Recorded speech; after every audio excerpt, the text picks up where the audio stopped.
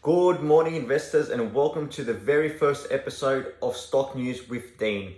The idea of this series is to go over any stock news and price actions of yesterday's stock market so you can just listen to it in the morning while you're having breakfast or while you're driving to work and just get up to date with everything that's happened.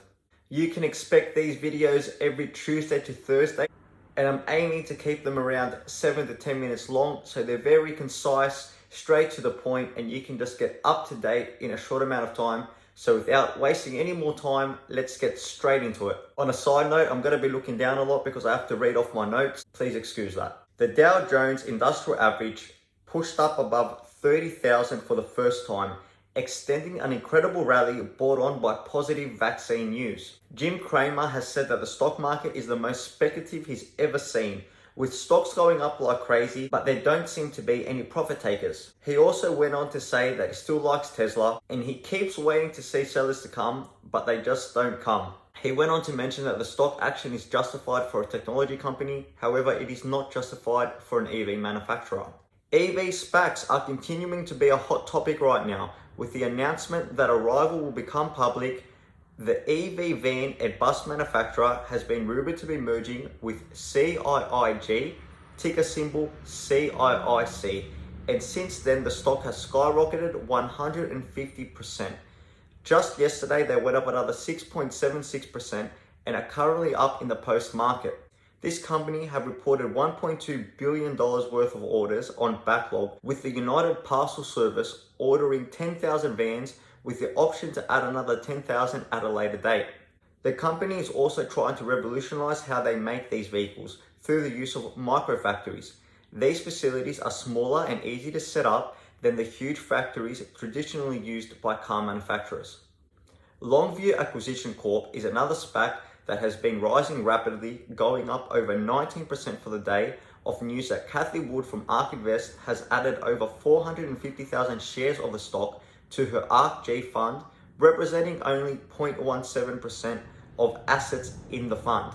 Longview Acquisition is a blank check company merging with Butterfly Network, and the ticker symbol will change from LGVW to BFLY. Butterfly is attempting to disrupt an $8 billion addressable market with its ultrasound technology that provides low-cost medical imaging.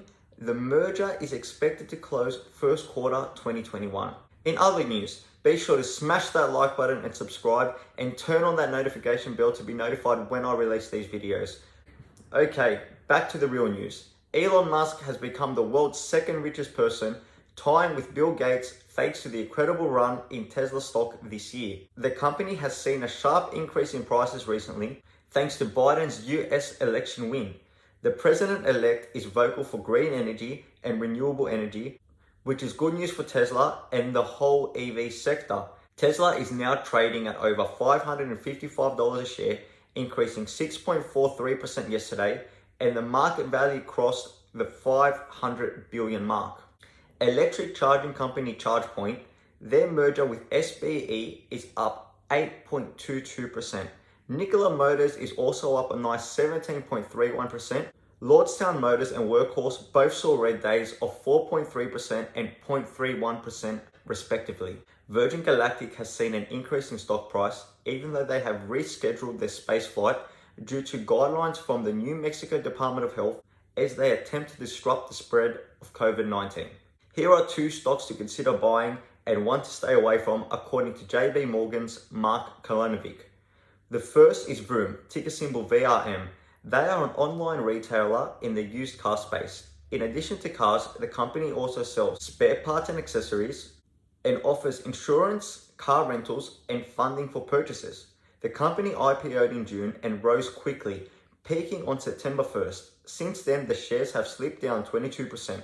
JP Morgan see the current state of the stock as a buy and give the stock price a target of $70, implying a 91% upside for the year ahead. The second company to consider buying is Colfax Corporation, ticker CFX.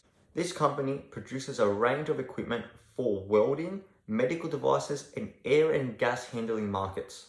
Its third quarter earnings were 41 cents a share, down 32% year on year, but still beat estimates. Revenues were up 29% and management expects to see the growth continue. They have Colflex as a moderate buy rating and gave a price target of $38.63.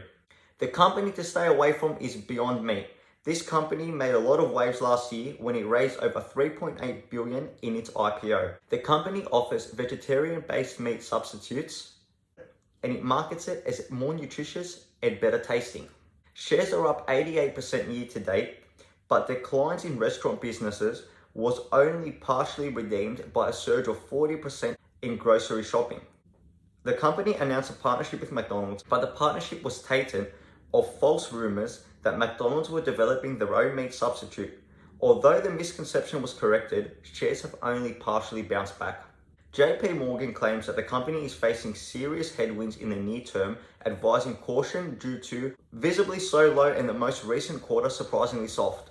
Warren Buffett is scooping up stocks, buying into a few healthcare stocks. Buffett now owns a $2.1 billion stake in AbbVie, ticker symbol ABBY, $1.8 billion in Merck & Co., ticker symbol MRK, and a $1.8 billion stake in global pharmaceutical company Bristol Myers, BMY.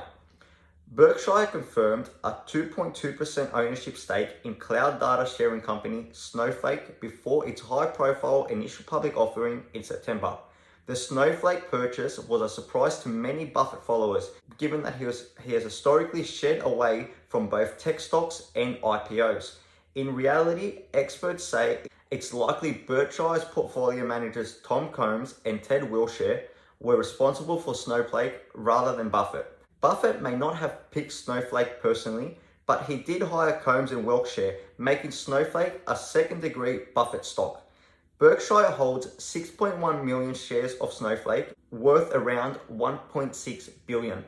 Of Buffett's 5 new healthcare positions, Pfizer may have the most near-term upside. Pfizer recently reported its late-stage coronavirus vaccine candidate is 95% effective. Pfizer and partner BioNTech recently submitted an application for emergency approval for the vaccine in the US. It could potentially be widely available sometime in 2021. In addition to the potential vaccine candidate, Pfizer has now diversified portfolio of brands, including Prevnar, Ibrance, and Equalets. The stock trades at forward earnings multiple of 10.6 and pays a 4.2% dividend. Buffett's new stake is worth $133 million.